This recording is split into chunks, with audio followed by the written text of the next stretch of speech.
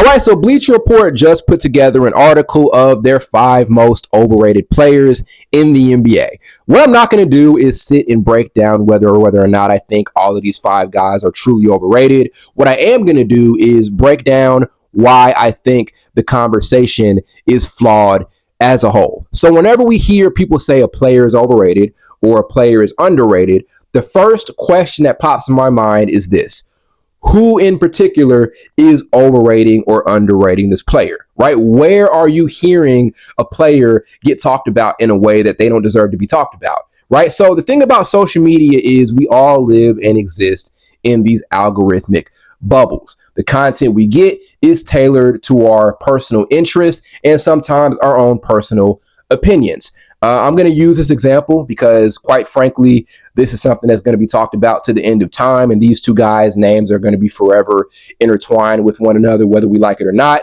The Kendrick Lamar and Drake conversation, right? There's going to be a debate that's not ever going to come to an end. I am a Kendrick Lamar fan, so I don't get a lot of pro-Drake content on my Twitter, TikTok, or even Instagram feed. That would be different from somebody else who may get a lot of pro-Drake content on their feed. That's how that works, right? We all have our own interests, and a lot of times the content we get on our feeds is tailored to that. That fizzles over to basketball and sports conversations, right? So if we're talking about, for example, Lamelo Ball being overrated, from what I see in my feed, I don't see people including Lamelo Ball in conversations he doesn't need to be included in. Generally, again, from what I see, from what my algorithmic bubble suggests to me, people think Lamelo Ball is an amazing young player, very talented, entertaining, but he has a lot of ways to go before we consider him a top 5 point guard in the NBA.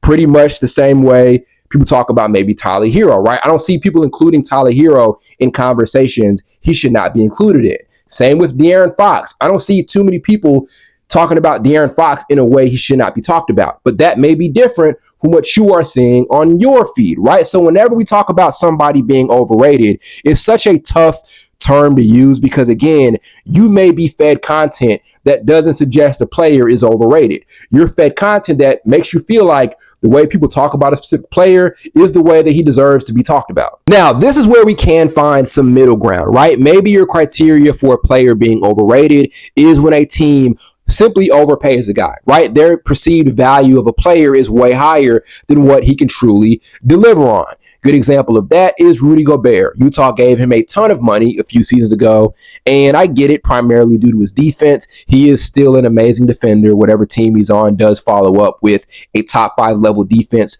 through the regular season, but we all know when he gets to the playoffs, a lot of weaknesses are exposed on both ends of the floor. Maybe he's unable to truly guard out there on switches, or the offensive limitations just become too much of a glaring issue. He can't be on the court at certain points in time. So maybe that's what your criteria is for a player being overrated, is when a team places a higher amount of value on a player than what they are able to truly deliver on, right? So maybe that's what your criteria is. And I do think that could, I guess, be attributed a bit to Jaren Jackson. I don't think he's overpaid, but I do think he's given a lot more looks and a higher priority on offense than what he should. I don't think Jaren Jackson is a player you can try to win with while running an offense through him. I think he is a role player on offense that was given a ton of looks and a ton of shot creation opportunities last season. And I get it, John Morant was out, but still, that's just the reality, right? I don't think Jaren Jackson is a guy I'm comfortable with running an offense through and trying to win that way, right? Because even when Ja was back on the court, Jackson still got a ton of looks, right? So maybe a team is placing more value on a player than what that player truly deserves, and maybe that's what your criteria is for somebody being overrated. So those are my thoughts. And again, I think all 5 of these guys are great players. But again, I think the overrated and underrated conversation is extremely flawed. For one, it depends on who you ask, right? Where are you seeing that a guy is overrated at? Where are you seeing that a guy is underrated at, right? And also, two, maybe guys are having accolades attributed to them that they don't deserve. Well, with this list, I don't think that's the case at all. I don't look at any of these guys and think they're over awarded at all. The only criteria I could somewhat agree on for a guy guy being overrated and us definitively saying a player is overrated is maybe a team places more value on them than they truly deserve. So we'll see what ends up happening this season. Hope these guys can shed this label, especially with Lamelo Ball, as we're looking to see him make this massive leap in his career. Same with De'Aaron Fox and Austin Reeves. But again, those are the reasons why I think the overrated and underrated conversation is inherently flawed in the first place.